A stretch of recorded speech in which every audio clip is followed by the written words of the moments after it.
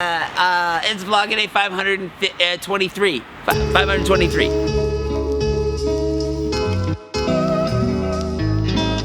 Good morning. It's Thursday, which is it's just a rainy day out there. I'm going to be going and doing some voice acting work this morning for CNRS. If you've been following along in the vlog, a little bit behind on that, but catching up as quickly as I can, and hopefully we get some good stuff done today.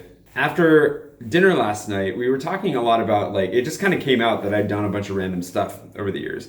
And I kind of, dismissively said, yeah, I'm a jack of all trades, The reason for that is because I've always been pursuing a creative career, and creative careers don't pay for a long time, if they ever pay. And so there's a huge difference between pursuing a creative career and pursuing a traditional career of any kind. And that's something that I thought I would talk about a little bit today. But before we get into that too deeply, I need a breakfast. And by breakfast, I mean I need to get a croissant, because I've been back in France for a few days now and I still haven't had a croissant, which is just a massive tragedy.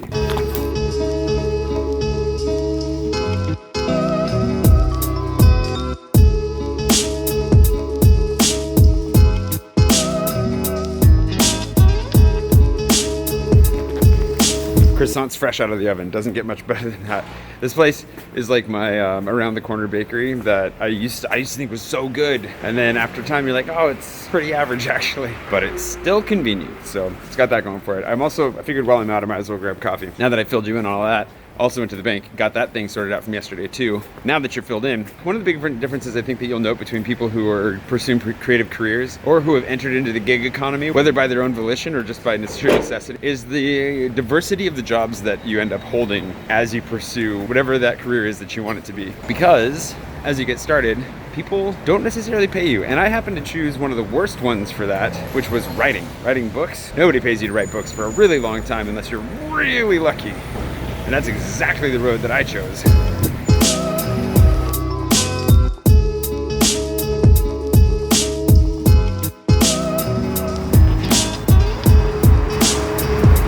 Voila. So tasty.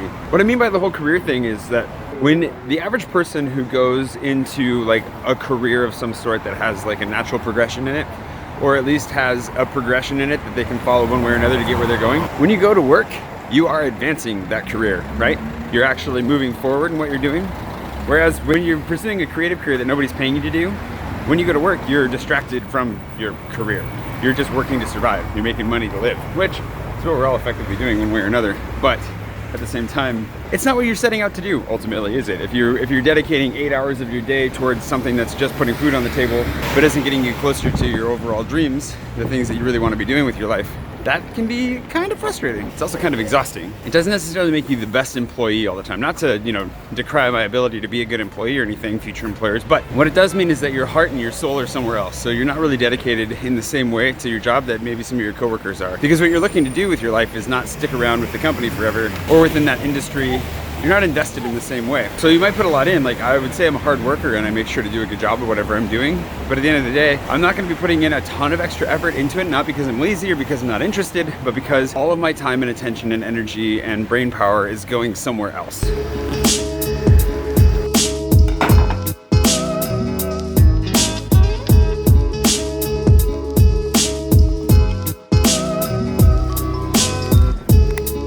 For whatever reason, these things are refusing to charge. I plugged this, there's a battery in here that charges them. I plugged it in last night, didn't go anywhere. Mildly concerning.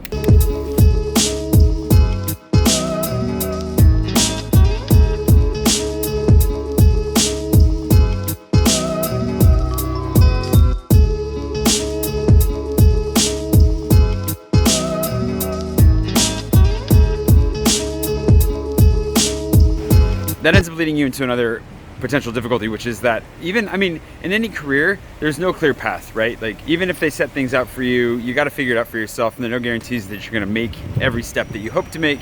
Then you got to pivot, adapt, and see if you can't figure out a better way. But the difference is, on the more traditional side of careers, you do have preset paths. The trail has been blazed by numerous people before you, and you can find a bunch of different ways to get to where you want to go. With a creative career, usually there's no path before you and you have to blaze your own trail. Even if you think there's a path, you'll never be able to recreate anybody else's success. You have to figure it out on your own.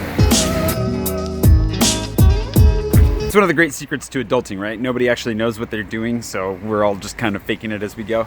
But the nice thing is, if you set out to become a doctor, for example, you know you have to go to school, you know you have to go to medical school, you know you have to go through your internships. Like, there are a bunch of steps you can take and a lot of predefined paths to get to wherever you want to be as a doctor, unless you're going out on some crazy experimental limb, right? Whereas if you want to be a writer, you have to write and you have to try to get into writing, but how you actually break into a writing career is something that's nobody can really tell you how to do beyond write a bunch of books, try to get into writing, and then see what happens as you go.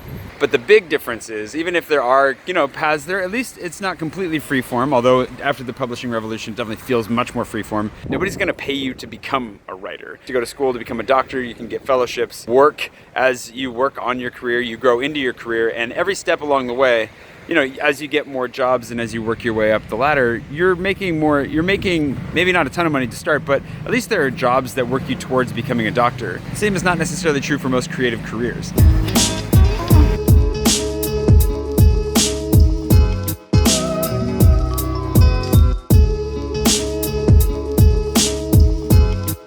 The sound studio at CNRS where we do the recording generally. This is the recording guy today, and we've never really talked much while we've been in here, but this is the sound booth, and you can hear the difference as soon as I step in here.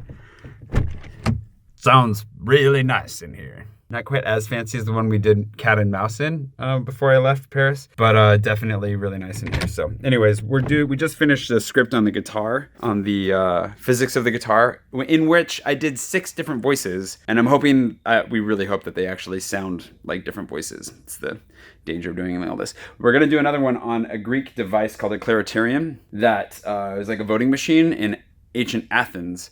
And we do need a female voice for that, so Lee is going to join us here in a second, but we'll see how it all turns out. This is one of those things, though, too, that I was going to say. This is a great example. I love doing this work. I love doing the voice acting, the translation work, all of that, but there is the danger when you're working on doing... Hi, Leah.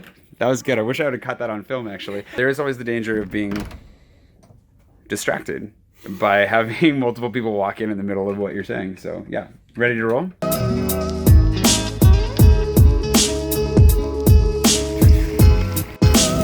As I was trying to say, at least for me, especially with writing or whatever, it's really easy to get distracted along the way. As you get closer to what you're trying to do, things that you enjoy, it becomes really easy to start diverting in different directions because it's not easy to get on the path that you want. And other paths become available, and when you're starving especially, they become very attractive at the same time. So the voice acting is a good example. It's something I really enjoy and I want to keep doing. If I have to do something to pay the bills that's not what I'm most passionate about, what I'm really trying to accomplish in life, then I want to be doing something fun. And this is something that I really like doing and will open up different opportunities, and I know it'll be a great time. But the danger is that it can be distracting from what it is that you're really trying to do, right? You can fall down a rabbit hole of like, well, this is fun, I'm going to pursue it. And then a few years later, when you're done with it and you want to go back to doing what it is you should have been doing the whole time, you're behind and you're not exactly where you want to be. So I think it's really important to make sure you maintain a focus on what it is you really want to be doing, even in the midst of having to do a bunch of other stuff to pay the bills, make ends meet. And that can get really confusing because all of a sudden you're doing a whole bunch of stuff that doesn't get you closer to your goals. Whereas if you're working within kind of a well-defined career path, more of a traditional job, you're more at risk of stagnating than you are of being totally diverted into something random on the side.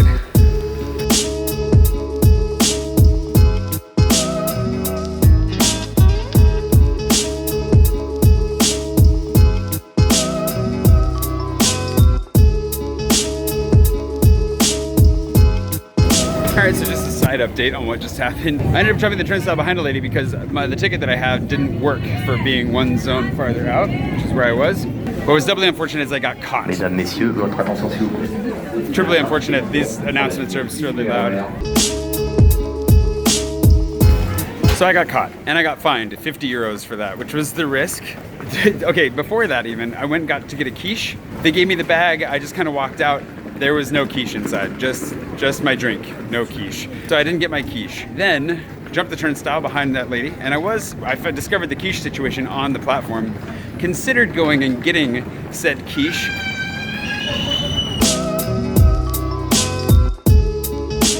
This is my penalty ticket. So I was debating whether or not to go get the quiche, but it would have meant waiting for another 30 minutes for the train, and I didn't want to do that. And then the lady that I jumped the turnstile behind was really cute, and then she came over and started talking to me, and so I was like, this is way more fun than going and getting a quiche anyways. But unfortunately, that was the one train ever. She lives out there, and she said it was the one time in 3 years of living out there that they've ever controlled the train, which means I got caught without a ticket and I got fined 50 euros. The benefit being, I learned through this, that if I just send them a scan of my Navigo card and just say I forgot it, which is true, then they'll reimburse me 40 of those euros, so it'll only cost me 10 euros instead of 50. So that's a bonus. And I might have gotten her number too out of it, so that worked out. So no quiche, I got fined for not having a ticket, and the train station that I needed was closed, so now I'm having to go on an absurdly long walk just to connect to line 1. But all together, you know, hopefully it works out in the long run. And then we got controlled a second time while in Montparnasse, which thankfully I had the receipt for getting fined once, so they didn't fine me a second time. But the guy was not so sure about me for a minute there. My quiche got stolen. I haven't eaten. I'm hungry. It's time for a Clark dog. Bonjour. Ça va? Bonjour. All right, Laura's amazing. I love Clark dog, even though I need to stop eating hot dogs. It's hard to stop when they're tasty and when the people that work there are so freaking nice. So anyways, now that we have food, back to the whole career discussion that we were trying to have today before everything went sideways. So the last point I was gonna make was, where do you end up building your career? And this ends up being one of the big differences between, I think, creatives and non-creatives, is what you end up getting to do in your free time. Because if you're a creative and you're trying to make it and you have a side career that you don't even want, free time does not exist.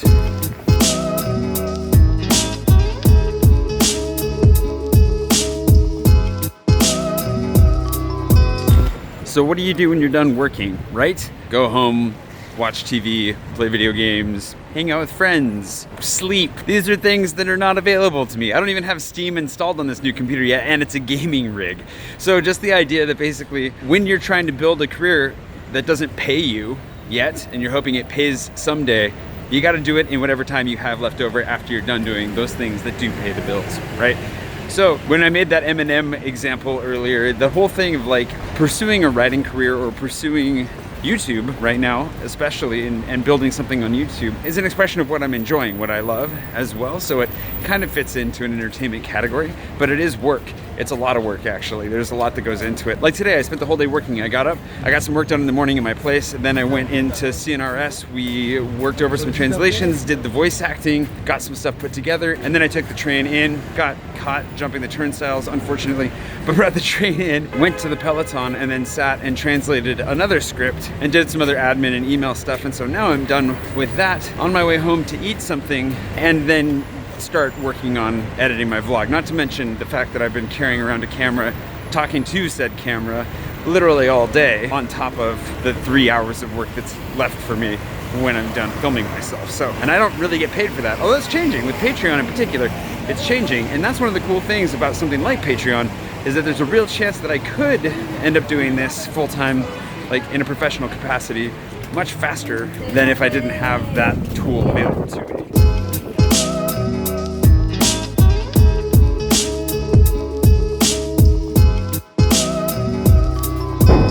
So basically what that translates into is kind of an unhealthy amount of work. Like, even now as I come home and I'm gonna eat a little bit of dinner and then dive back into work, I recognize that that's not really what I want to be doing right now. Like, I kind of would like to relax a little bit. I would like to have some space. So that's one of the things that I want to kind of work on as we go into 2018, is making sure to carve out a little bit of healthier space for myself. But the other thing is, what's really cool about it, by maybe carving out a little bit of writing time in the morning and then working in the afternoon and then, you know, editing at night, hopefully we can keep things a little bit interesting. Now, the really cool thing about that is, though, something like Patreon gets me a lot closer to being able to do that without having to insert the extra work portion. Like, if I could actually afford to live just from making YouTube videos, whether it's through Patreon or other things that come alongside of that, it affords me the opportunity to actually expand into that space. You take out all the side work, all the random jobs and projects, whatever else that I'm working on, and all of a sudden all you have to do is make YouTube videos and you're paying your bills. Now you've got this huge chunk of time in the middle of your day where you can expand the video making process or video production into that a little bit, and then you can insert a lot more writing in the morning, for example, and then you can do all kinds of cool things. And what I would really like to do, we talked about this some while we were traveling and doing the road trip, but I'd like to get to a place where I'm like, you know what, I feel like going to Italy for a month. Just go to Italy, like rent a villa somewhere for a little bit, spend the morning writing, spend the afternoon exploring the town and filming, and then the evening editing and doing that all over again. That would be amazing. And that's why I think Patreon is so potentially wonderful and incredible and life-changing, is because there's a really good opportunity that could happen. I didn't mean to turn this into a pitch for Patreon, but if you feel like supporting me on Patreon, there's a link below and there'll be one at the end of the video as well. Definitely would love your support. I'll take it. Speaking of which, Ethan, I don't know if you noticed, but you won that disposable camera, and I need to send that to you now that I'm back in France. Maybe we'll do that tomorrow. Gotta get that off to you. Anyways, speaking of dinner, I'm gonna eat something, and then speaking of editing, I'm gonna get to editing. It'll be glorious.